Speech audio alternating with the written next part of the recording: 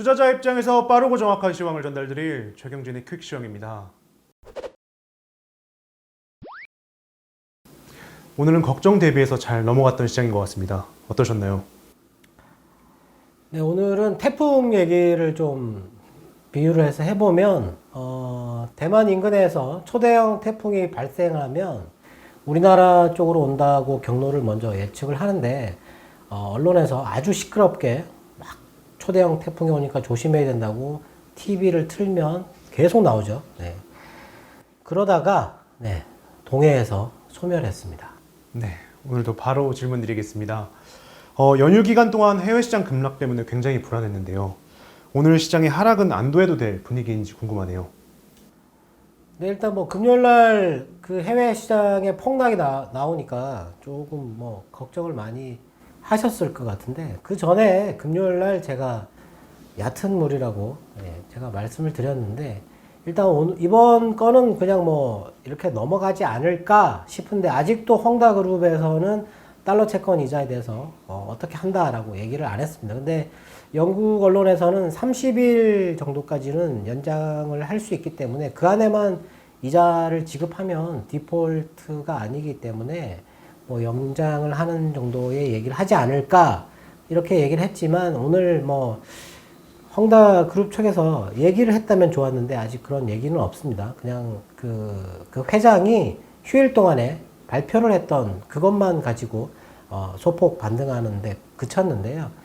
일단 해외 시장이 뭐 그 3% 장중 3% 이렇게 급락을 했었는데 반등을 하긴 했지만 그래도 아직 다 못 올랐으니까 좀 상당히 빠져 있는 부분인데, 우리나라는 그나마 다행인 거죠. 네.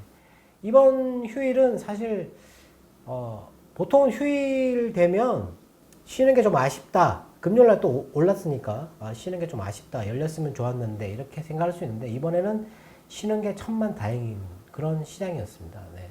오늘 시장이 반응이 좀 나쁘지는 않았다 이렇게 보면 될 것 같고요. 오전에 시작해서는 외국인의 선물이 매도가 뭐 많지는 않았습니다. 3,500억 정도 이렇게 나왔다가 10시 조금 넘어가지고 10시 중국 시장이 개장하기 전까지 가파르게 떨어지는 그런 매도가 나오긴 했었는데, 그 이후에 계속 쭉 타고 매도를 줄이는, 그리고 선물을 그렇게 매도를 하는데도 불구하고 외국인은 오늘 초반부터 삼성전자를 강하게 매수를 하면서 시작을 했어요. 그리고 오늘은 세 개 업종에서 매수가 컸는데, 화학하고 제약하고 그리고 전기전자 이렇게, 그리고 뭐 운수창고, 항공주적 운수창고 쪽도 매수가 있었고 서비스 쪽에서도 매수가 있었습니다. 네, 이슈가 있어가지고 대체적으로 외국인은 매수를 유지를 했는데, 기관 쪽에서는 외국인이 선물을 매도를 줄이는데도 불구하고 매도를 줄이지 않았다. 네, 불안한 거죠. 네.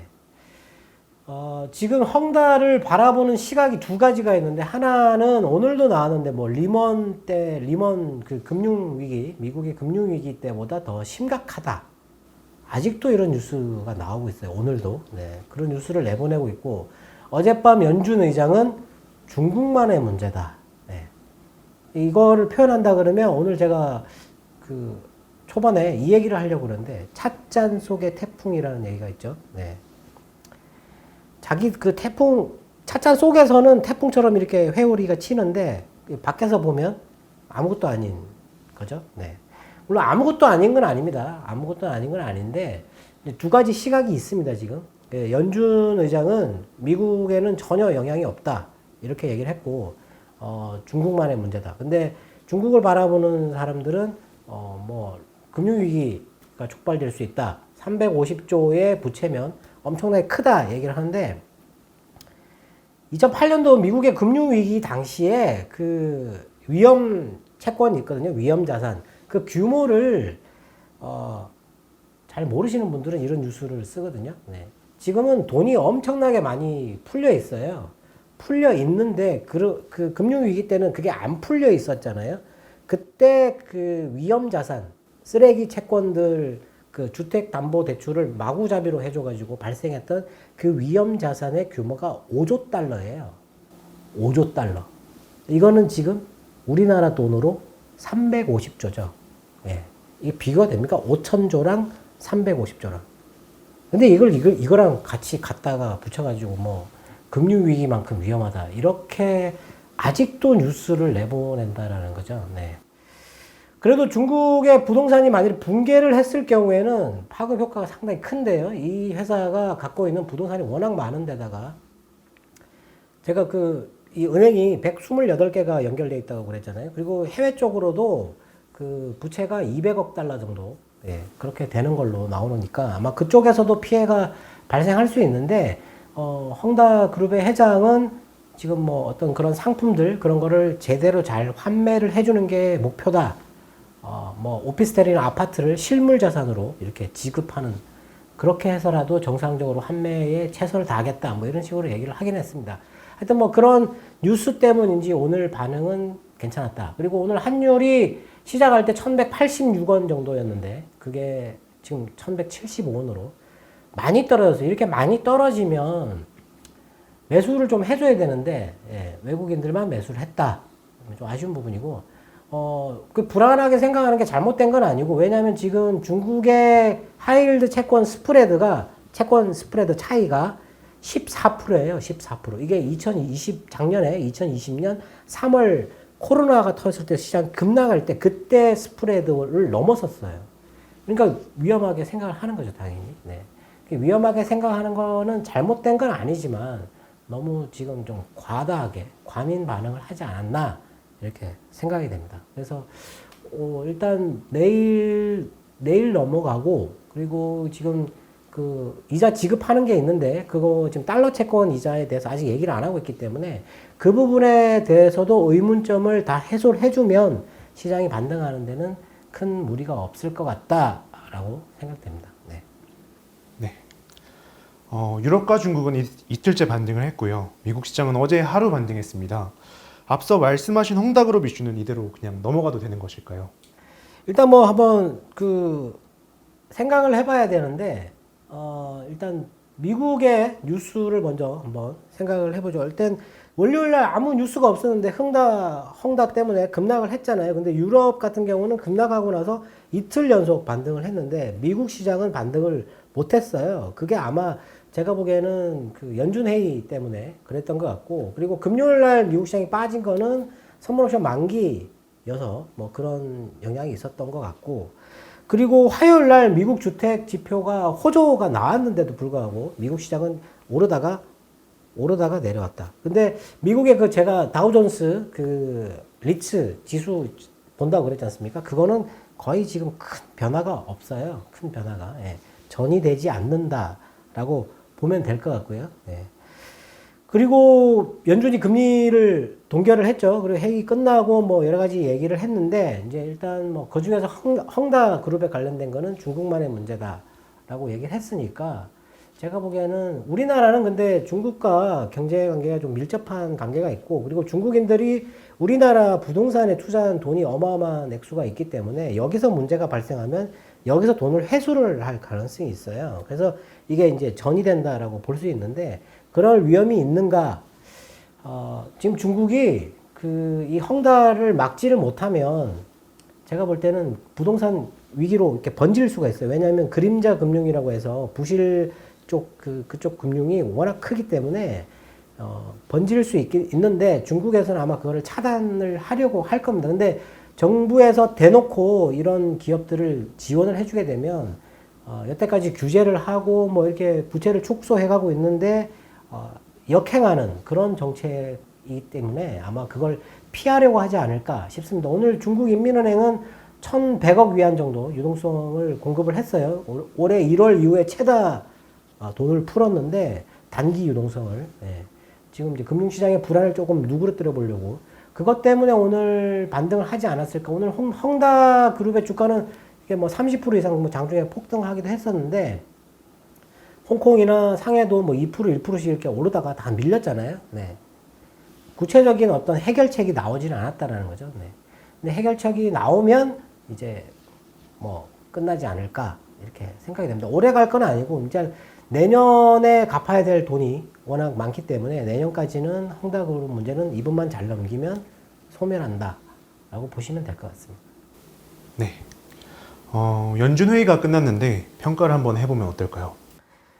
네, 일단 연준이 금리를 동결을 했어요. 근데 이번에는 시장에서 예측하고 있는 대로 얘기를 했죠. 테이퍼링은 다음 회의에서 아마 결정이 될 것 같다라고 얘기를 했고, 그리고 고용에서 아주 진전이 있다라고 얘기를 했어요. 더 이상 이제 이건 문제가 안 될 것 같다 이런 얘기를 했고, 그리고 원래 이게 테이퍼링을 하면 금리 인상은 테이퍼링과 전혀 별개의 문제다라고 얘기를 했는데, 이번에 점도표, 그러니까 연준 위원 18명이 금리를 언제 얼만큼 올려야 되는지 이렇게 점을 찍는데, 거기서 내년에 금리를 인상해야 된다라고 표시를 한 사람이 예전에는 7명이었는데 이제 9명이라는 거죠. 절반이라는 겁니다. 그래서 금리 인상이 내년부터 시작되는 게 아닌가라고 생각할 수 있고, 그리고 어느 정도 올리느냐, 1년에 1% 이상 올릴 것 같다. 그러면 이제 트럼프 때 2017년도 금리 인상하는 속도하고는 좀 다른데, 한 절반 정도 수준으로 떨어지는데, 금리 인상 속도가 생각한 것보다는 조금 빠르게 가져갈 가능성이 있다. 예. 거기다가 연준 다이먼 회장이 내년에 연준의 정책이 아주 급격하게 정책의 변화가 있을 수 있다 이런 얘기를 했어요. 왜냐하면 연말까지 지금 이 물가가 지속된다면 일시적인 물가라고 주장하기 어렵다라고 하는 거죠. 그래서 이 물가를 잡기 위해서 내년에는 연준이 금리를 좀 빨리 올리지 않을까 이런 얘기를 했어요. 그리고 테이퍼링은 내년 중반에 종료되어야 한다라고 얘기를 했거든요. 네. 뭐 생각한 것보다 충격적이라고 봐야 되는데 미국 시장은 올랐죠. 네. 근데 사실 미국 시장이 초반에 홍콩이나 중국이 반등하는 걸 보고 유럽이 반등하는 걸 보고 초반에 이렇게 올라서 시작을 해가지고 연준의 발표가 나오고 나서 살짝 올랐다가 다 내려왔어요. 네.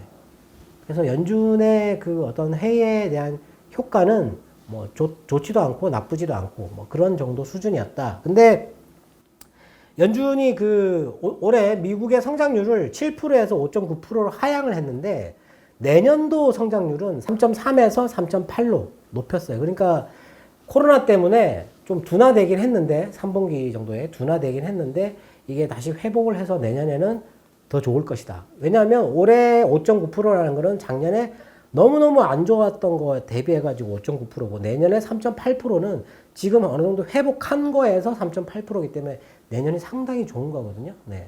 그리고 핵심 물가를 3%에서 3.7%로 상향했어요.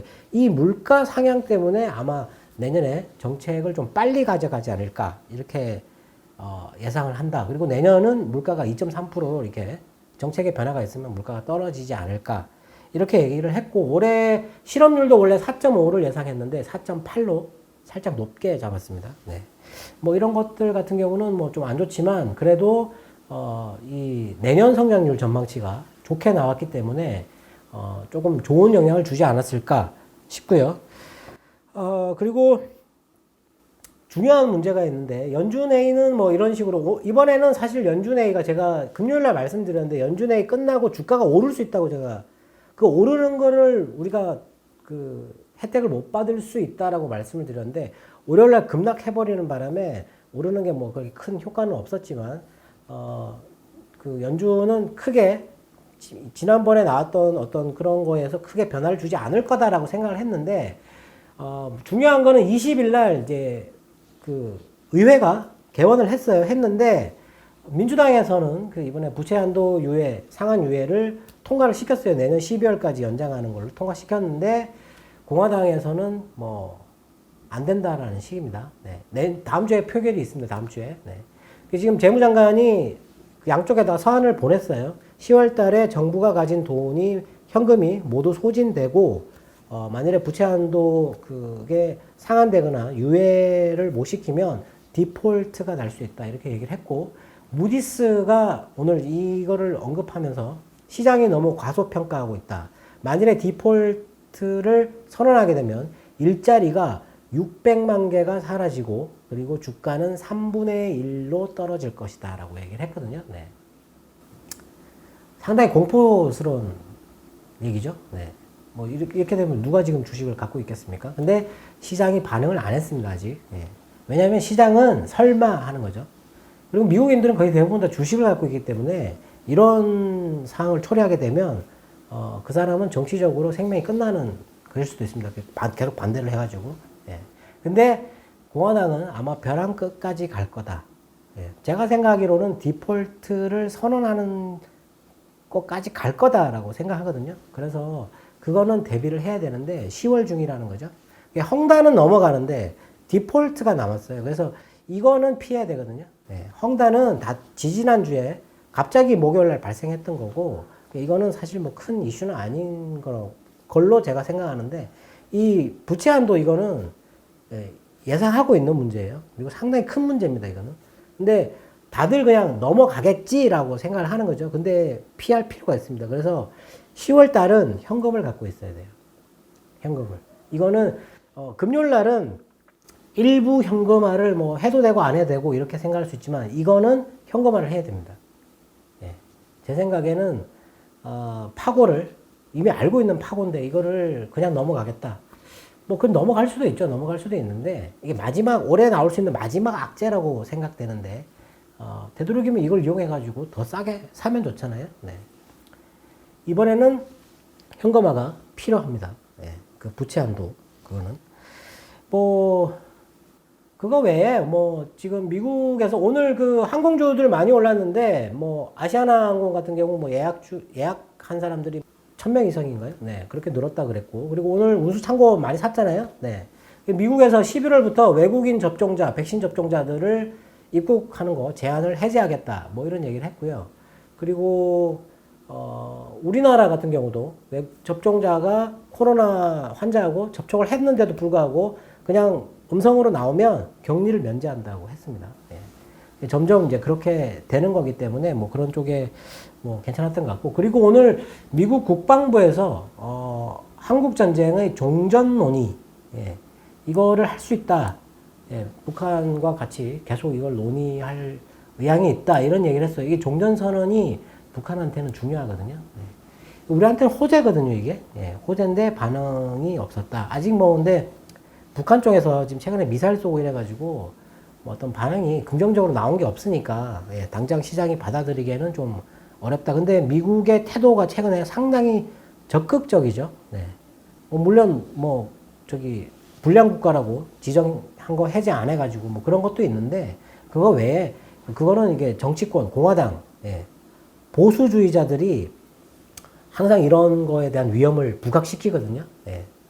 그런데 정부 쪽에서 미국 정부 쪽에서는 북한에게 상당히 지금 적극적이다. 이런 게 우리한테는 좋은 신호인 거죠. 네.